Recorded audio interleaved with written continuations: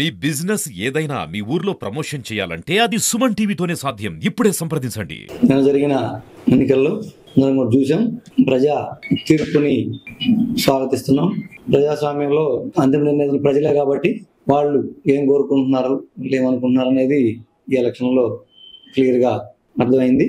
దాన్ని బట్టి గతంలో ఏమన్నా చిన్న చిన్న పొరపాట్లు జరుగుంటే వాటన్నింటి కూడా చర్చించుకొని వాటిని రెక్టిఫై చేసుకొని రాబోయే రోజుల్లో మళ్ళీ వచ్చే 5 ఏళ్లలో వైఎస్ఆర్ కాంగ్రెస్ పార్టీని మళ్ళీ అధికారంలో తీసుకెళ్ళడానికి ఎటువంటి ప్రయత్నాలు జరగాలో అవన్నీ కూడా ఎక్కడ ప్రయత్న లోపం లేకుండా మా పార్టీ కార్యకర్తలు, నాయకులు అందరం కలిసి సమిష్టిగా మళ్ళీ పార్టీని అధికారంలో తీసుకురావడానికి పనిచేస్తాం. అయితే ఇప్పుడు ప్రజలు ఏదైతే నమ్మి కూటమి యొక్క హామీలు కావచ్చు, లేకపోతే వాళ్ళు ఇచ్చిన ఆఫర్లు కావచ్చు, అవన్నీ నమ్మి కూటమికి ఘన విజయం ఇచ్చారు ప్రజలు.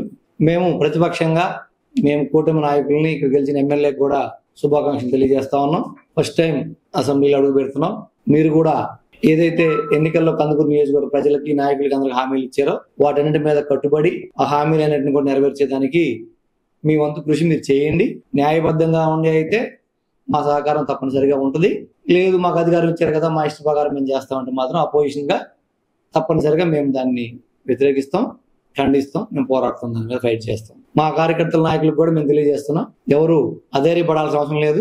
ఏ ఒక్క ఇది లేనప్పుడే 2011-12 పార్టీ పెట్టినప్పుడే మనం బయటకు వచ్చి జగన్మోహన్ రెడ్డి గారి కోసం ఒక్కడే సింగిల్ గా వచ్చిన రోజు కూడా మనం భయపడకుండా వచ్చి రాష్ట్రంలో కాంగ్రెస్ ప్రభుత్వాన్ని, తెలుగుదేశాన్ని ఇద్దరిని ఎదుర్కొని మనం 67 సీట్లు గెలుచుకున్నాం. తర్వాత మళ్ళీ స్వల్ప తేడాతో ఓడిపోయినా కూడా మళ్ళీ 151 సీట్లతో 2019లో మళ్ళీ అధికారంలోకి వచ్చాం. మీకు చాలా పెద్ద బాధ్యత మీ మీద పెట్టారు. మీరు చాలా ఎక్కువ హామీలు ఇచ్చున్నారు. మీ హామీలు కానీ మీ బాధ్యతలు కానీ మీరు తెలుసుకొని మీరు ప్రజలకి, కందుకూరు నియోజకవర్గానికి మేలు జరిగే విధంగా మీరు నడుచుకుంటే అందరు సహాయ సహకారాలు ఉంటాయి.